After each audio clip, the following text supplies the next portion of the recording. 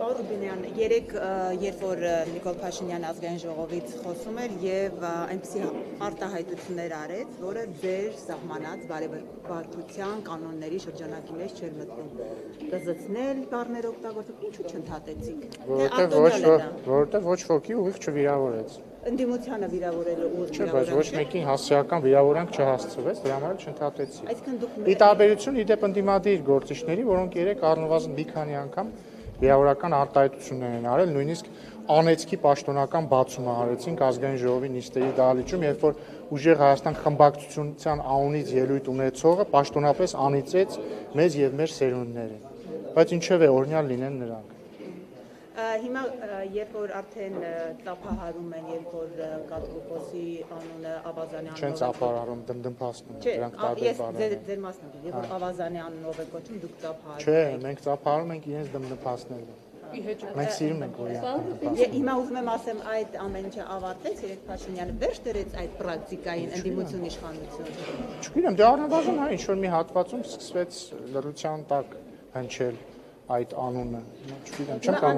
կարծում, որ սա ամենակարևորը։ Ձեր բարեբախտության այս կանոնը շարունակվում է ձեր կարծիքով, թե ամեն դեպքում։ Հա, իհարկե շարունակվում, չեք զգում։ Ամեն ինչով։ Երբ ներողություն կարելի է,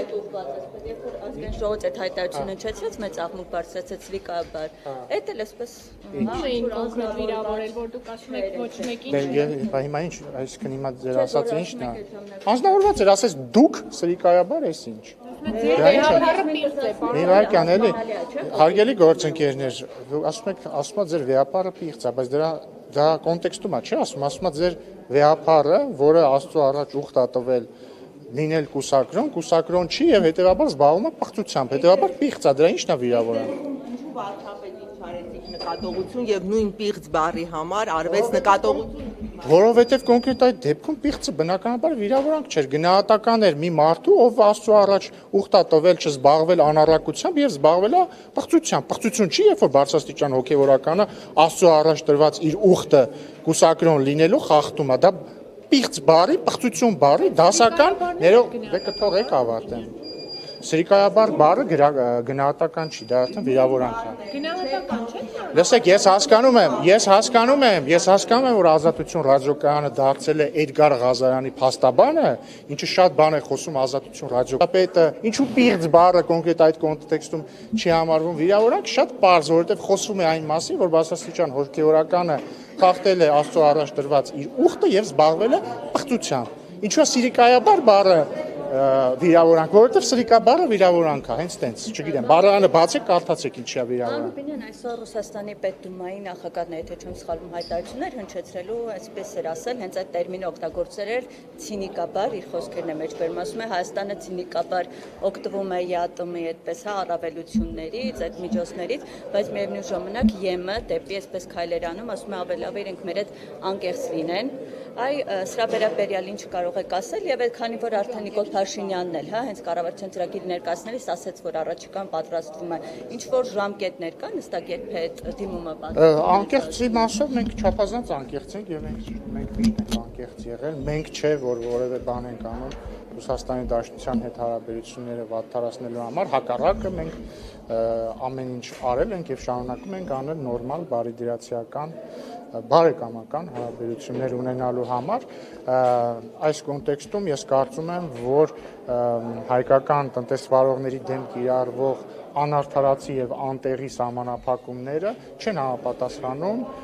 ոչ Հայաստան-Ռուսաստան հարաբերությունների ոգուն, ոչ էլ առավել եւս Եվրասիական տնտեսական միության կանոններին, որովհետեւ ես ուզում եմ հիշեցնել, որ Եվրասիական տնտեսական միության գոյության ամբողջ իմաստը ապրանքների ազատ շարժն է եւ անմաքս։ Իսկ ստեղ մենք գործ չունենք ազատության հետ առնվազն դե ֆակտո։ Ինչ վերաբերում է Եվրամիության անդամակցության կամ տեխնացու դառնալու դիմումին, հայտնի փաստ է, որ հենց մեր ԵԱՏՄ գործընկերներն են մեզ ամեն ջանում, որպեսզի մենք դա անենք մի պարզ պատճառով, այսինքն ինչու այդպես ստացվում, որովհետև նրանք անդադ ասում են, որ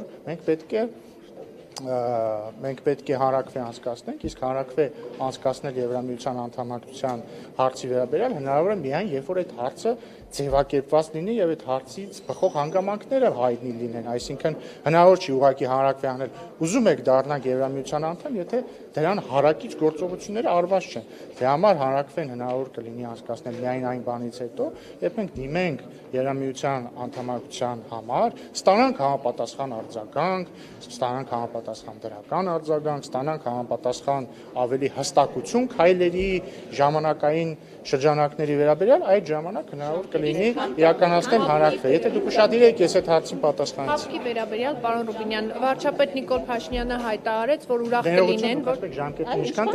այ հենց հաշվի առնելով, որ այդ հարցի պատասխանը դեռ չկա, դրա համար հիմա հնարավոր չի անել հանրակրվե։ վարչապետ Նիկոլ Փաշինյանը հայտարարեց, որ ուրախ կլինեն, որ ՀԱՊԿ-ից Հայաստանին հեռացնել, Պեսկովն էլ արձագանքել էր եւ նշել էր, որ Երևանն ազատ է իր ընտրությունների հարցում եւ իրենք կարող են դիմումը ներկայացնել։ Մենք այսպես թե այնպես գիտեինք, որ Երևանն ազատ է ընտրության կայացման հարցում եւ ընդհանրապես Երևանը այսպես միշտ ազատ է լինելու իր ընտրության իրականացման հարցում։ Հարցը, այսինքն հիմա ուզում եմ հասկանալ ինչ տարբերություն կա, հեռացնենք, թե մենք դիմումը կտանք եւ դուրս կգանք։ Մենք ազատ ենք։ Ինչու չենք։ Ինչպես իրավացիորեն նշել է հարգարժան պարոն Պեսկովը, Հայաստանն ազատ է իր ընտրության հարցում։ Բա ինչու չի անում, սպասում եք։ Որովհետեւ Հայաստանն ազատ է իր ընտրության հարցում։ Շնորհակալություն։